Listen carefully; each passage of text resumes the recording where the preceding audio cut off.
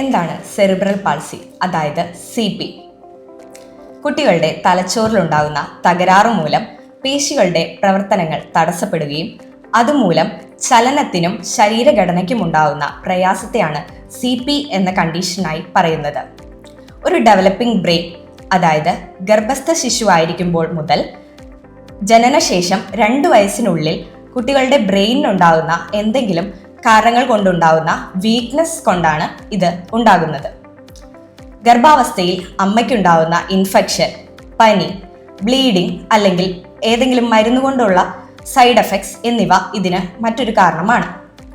അല്ലെങ്കിൽ ജനന സമയത്തുണ്ടാകുന്ന എന്തെങ്കിലും ബ്രെയിൻ ഡാമേജസ് ബ്ലഡ് സപ്ലൈ കുറയ്ക്കുകയും അതുമൂലം ഓക്സിജന്റെ അളവ് കുറയുന്നതുമായ അവസ്ഥ ഇതിന് മറ്റൊരു കാരണമാണ്. അതുപോലെ തന്നെ ജനനശേഷം കുട്ടികളുടെ തലയ്ക്കുണ്ടാവുന്ന എന്തെങ്കിലും ക്ഷതം, അതുപോലെ മെനിഞ്ചൈറ്റിസ് എന്നിവ ഇതിന് കാരണമാണ്.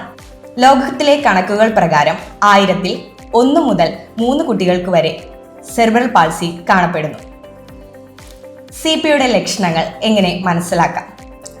ജനിച്ച് ദിവസങ്ങൾക്കകം പതിയെ മാത്രമേ ലക്ഷണങ്ങൾ നമുക്ക് തിരിച്ചറിയാൻ സാധിക്കുകയുള്ളൂ. പ്രത്യേകിച്ച് മാതാപിതാക്കൾക്ക് ഇത് കണ്ടെത്താൻ സാധിക്കണമെന്നില്ല. മൈൽസ്റ്റോൺ ഡെവലപ്മെന്റ് സ്റ്റേജ്, അതായത് വളർച്ചയുടെ പല ഘട്ടങ്ങളെയും പല സ്റ്റേജുകളായി തിരിച്ചിരിക്കുന്നു. അതായത് 3 മാസത്തിനകം കുട്ടി മുഖത്ത് നോക്കി ചിരിക്കുകയോ ഒച്ചകളോട്, അതായത് സൗണ്ട്സിന് റെസ്പോണ്ട് ചെയ്യുകയോ ചെയ്യുന്നു. അതുപോലെ തന്നെ 3 മുതൽ 4 മാസത്തിനുള്ളിൽ തന്നെ കുട്ടി കമിഴ്ന്നു വീഴുകയും തല ഉയർത്തി നോക്കുകയും ചെയ്യുന്നു. 6 മാസത്തിനുള്ളിൽ തന്നെ കുട്ടി പരസഹായം കൂടാതെ ഇരിക്കുകയും 4 മുതൽ 10 മാസത്തിനുള്ളിൽ തന്നെ കുട്ടി എഴുന്നേറ്റ് നിൽക്കുകയും 10 മുതൽ 20 മാസത്തിനുള്ളിൽ കുട്ടി നടക്കുകയും ചെയ്യുന്നു. ഇവയൊന്നും കൃത്യസമയങ്ങളിൽ അച്ചീവ് ചെയ്യാതെ വരുന്ന അവസ്ഥയെ ആണ് നമ്മൾ ഇത് ശ്രദ്ധിക്കപ്പെടുന്നത്. അതായത് മൈൽസ്റ്റോൺ കറക്റ്റായിട്ട് അച്ചീവ് ചെയ്യപ്പെടാത്ത അവസ്ഥ. ആദ്യമായി ശ്രദ്ധിക്കപ്പെടേണ്ട ലക്ഷണങ്ങളും ഇവ തന്നെയാണ്. CPയുടെ ലക്ഷണങ്ങൾ അടിസ്ഥാനമാക്കി പല സ്റ്റേജുകളായി നമുക്ക് ഇവയെ തിരിക്കാം. സിവിയറിറ്റി കൂടിയ അവസ്ഥയിൽ കുട്ടിക്ക് ഒട്ടും തന്നെ ചലനശേഷി ഉണ്ടായിരിക്കണമെന്നില്ല. ചിലർക്ക് വീൽചെയർ ഡിപ്പെൻഡൻ്റായി മൂവ് ചെയ്യാൻ സാധിക്കും. എന്നാൽ ചിലർക്ക് മറ്റുള്ളവരുടെ സഹായത്തോടു കൂടി നടക്കുവാനും സ്വന്തം കാര്യങ്ങൾ ചെയ്യുവാനും സാധിക്കും. ബ്രെയിനിന്റെ വളർച്ചാ കാലമായ 2 വയസ്സിനുള്ളിൽ തന്നെ ഇവ കണ്ടെത്തി ചികിത്സിക്കുക എന്നതാണ് ഇതിന് ഏറ്റവും അത്യാവശ്യമായ കാര്യം.